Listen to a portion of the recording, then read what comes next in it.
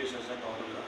ఇప్పటి వరకు మాచర్ల నర్సరావుపేట అసెంబ్లీ కాన్స్టిట్యూన్సీలో కలిపి 20 పైన కేసులు నమోదు చేయడం జరిగింది. ఇంకా దానిలో అక్యూజ్డ్, అరెస్టెడ్ ఇవన్నీ ఇన్వెస్టిగేషన్లో ఉన్నాయి. ఆ డీటెయిల్స్ అన్నీ ఒకసారి ఫైనలైజ్ అయిన తర్వాత తెలియజేయడం జరుగుతుంది. 20 కన్నా తక్కువే అనుకుంటా. అందుకే కేసుల నెంబర్ అవి ఇప్పుడు ఇన్సిడెంట్ బట్టి జరిగిన ప్రతి ఇన్సిడెంట్లోనూ కేసు రిజిస్టర్ చేయడం జరిగింది. ఆ వివరాలన్నీ ఒకసారి ఇన్వెస్టిగేషన్ ఫైనలైజ్ అయిన తర్వాత మీకు ఇస్తాం.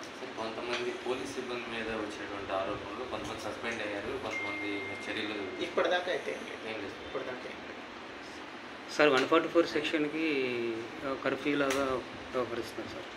లేదండి, అంటే షాప్లో సెక్షన్ అంటే మేము ఇవ్వమనలేదు. 3 కన్నా ఎక్కువ మంది చేరద్దు అంటుంటే వాళ్ళకి ఎవరు రావట్లేదు కదా, రోడ్ల మీద ఎవరు తిరగట్లేదని వాళ్ళు. అంటే వ్యాపార సంస్థలు మూసేస్తున్నారు కదా సార్, పబ్లిక్ ఇబ్బంది అవుతున్నట్టుంది. లేదు 144 సెక్షన్ అంటే 144 సెక్షనే.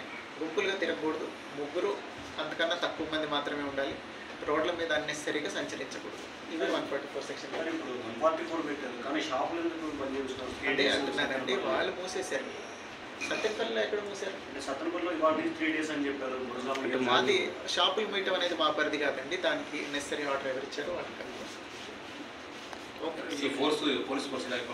ఇలాగే కొనసాగుతుంది. ప్రశాంతమైన వాతావరణం కంటిన్యూ అయ్యేదాకా. Thank you sir.